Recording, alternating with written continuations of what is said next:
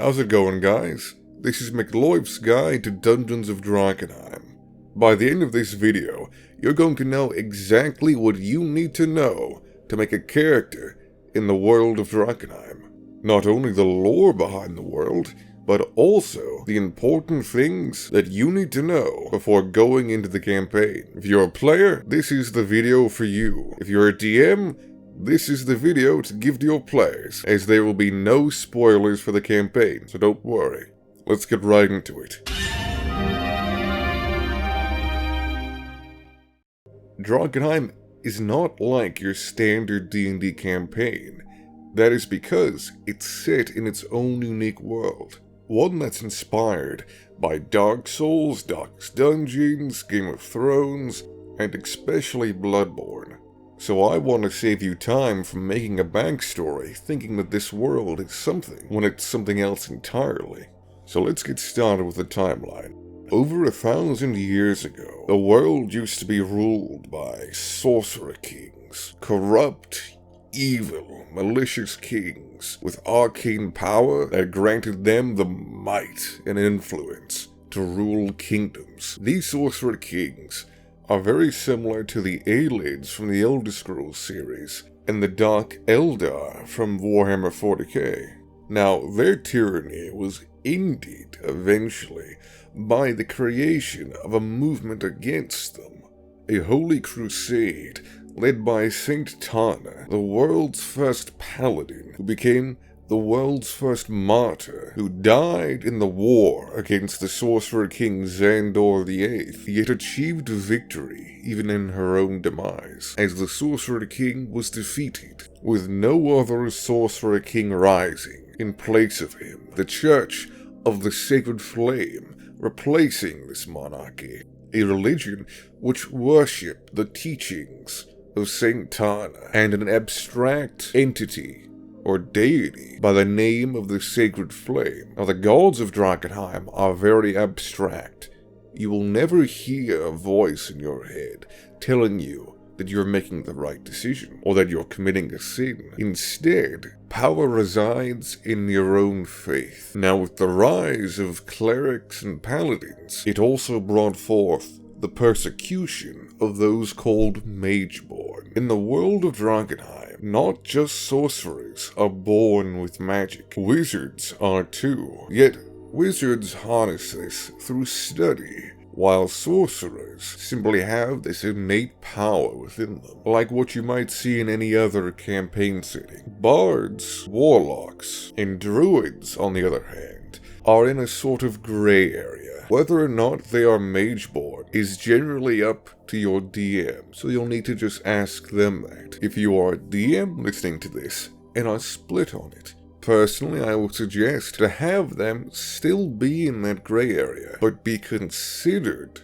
Mageborn, at least by most people, despite the fact that magic might not run in the blood of, say, a warlock. Your average person would still assume they are a Mageborn, and their own assumptions that they are just manifest in how they are treated by society. Whether someone is or isn't a Mageborn is important because after the downfall of the Sorcerer-Kings, the Church of the Sacred Flame instituted the Edicts of Lumen, a series of laws generally embraced by most kingdoms, with 6 main rules. Article 1, Inheritance, bars all mages from holding noble titles or owning lands. Article 2, Neutrality, requires the Amethyst Academy, the only official guild and school of mages, remain neutral and impartial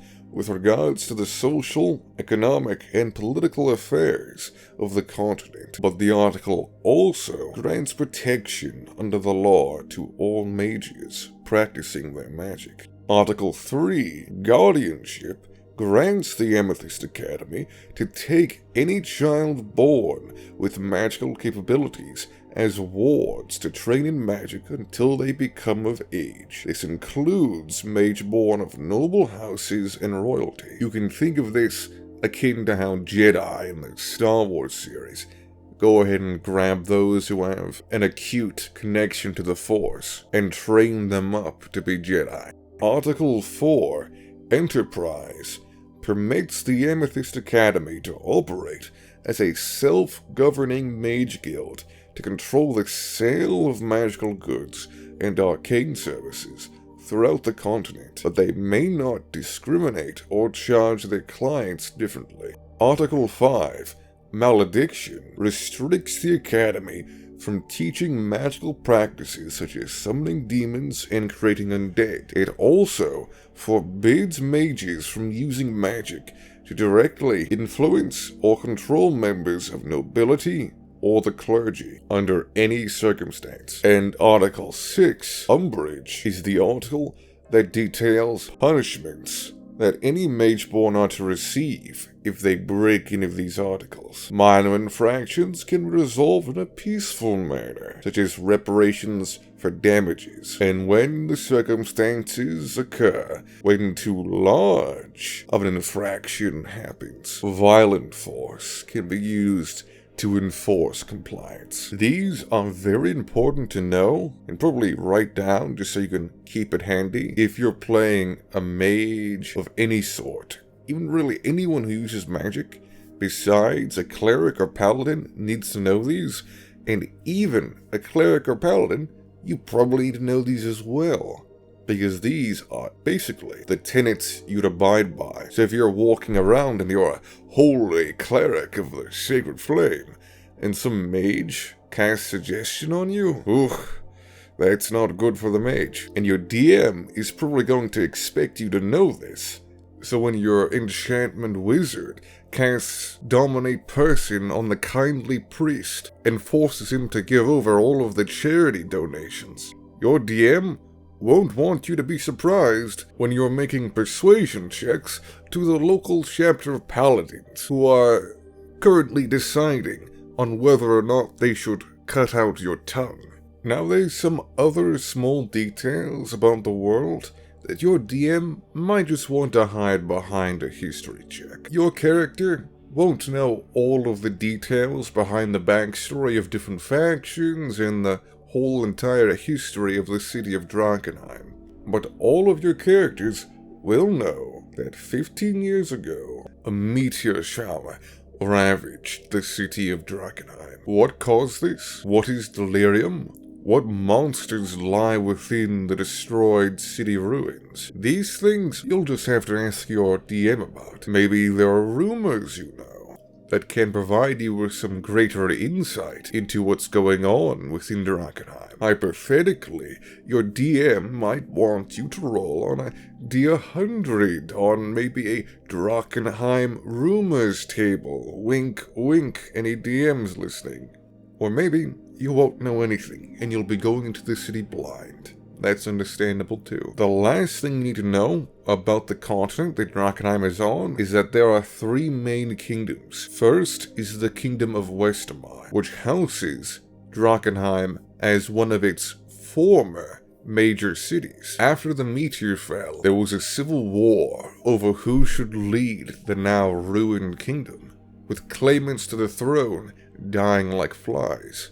After the initial royal family housed in the city disappeared, presumed dead from the meteor. If you're a character who is from Westermar, you need to know, for the past 15 years, there have just been civil wars constantly in the region. So you would have grown up in a war-torn battlefield of a kingdom.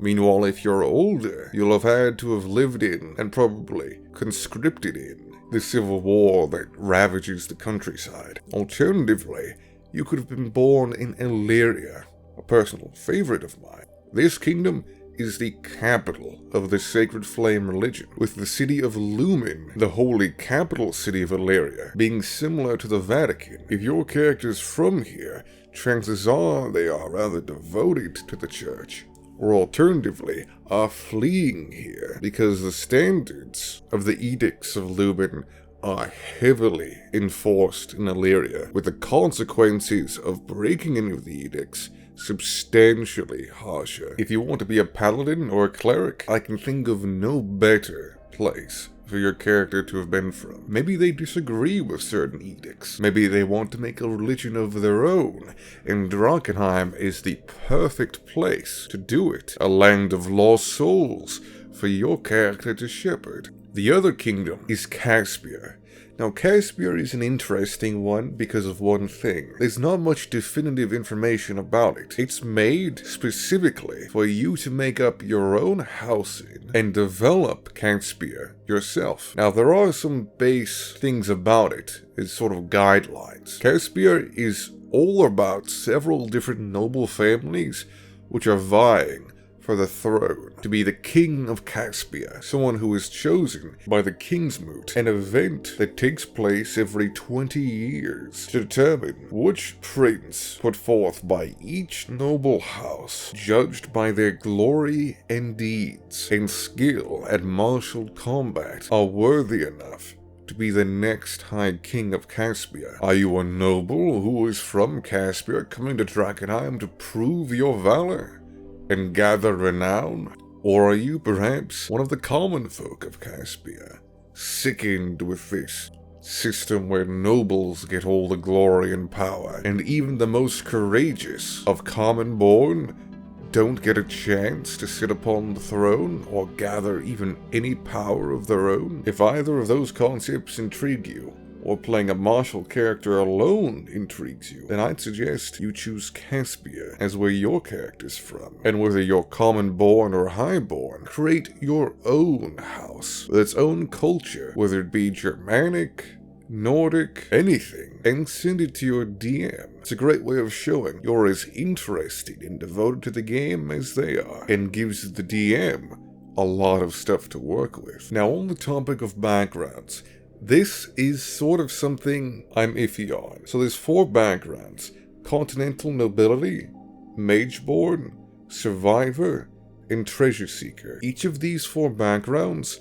give you a very useful feature, unlike most D&D backgrounds. For instance, the Noble Confidence of Continental Nobility allows you to give your fellow allies, once a short rest, a single D4 they can use whenever they'd like. It can be applied to a saving throw, an attack roll, a skill check, pretty much anything. Meanwhile, the Mageborn can create a spell scroll once per day that equals to a level half of their proficiency bonus rounded down, with the spell scroll crumbling to dust after 24 hours. Now, these are small benefits, very small benefits, but I dislike the idea that there are just some backgrounds that will give benefits when others don't. So if you're a player, ask your DM if your background, let's say folk hero or soldier, can have some of the very small, tiny benefits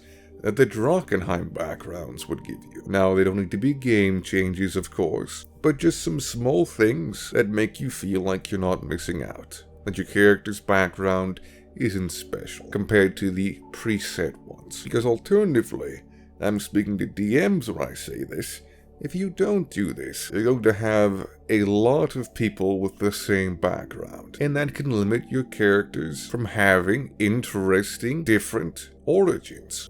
Just something to think about. Moving on, something you should know before you start a character for this campaign is long resting. Long resting is very hard to do in Drakkenheim. While you're exploring the city, which is going to be a huge amount of the campaign, long resting is impossible. The haze that covers the city will prevent you from doing so. Instead, short resting is your only option. Therefore, you need to think very carefully about what you want to do as a character. Do you want to be someone who benefits heavy from long resting? Because the truth is, you're not going to be long resting very often. This doesn't make you unnecessary. You can still be a wizard, you can still be a cleric in this campaign, and trust me, you'll be needed. But you will need to know that you should conserve your spells and use them wisely. Meanwhile, if you're a fighter, if you're a monk, if you're a warlock, this campaign is where you'll be able to shine. But not all hope is lost for you, my fellow wizards, because I won't go into detail about them since they'll be unknown to your characters, but I'll just say there are a lot of new spells you'll be able to use, and these spells are strong, very strong. The last thing we need to cover is something that's really important and actually rather unique to Drakkenheim.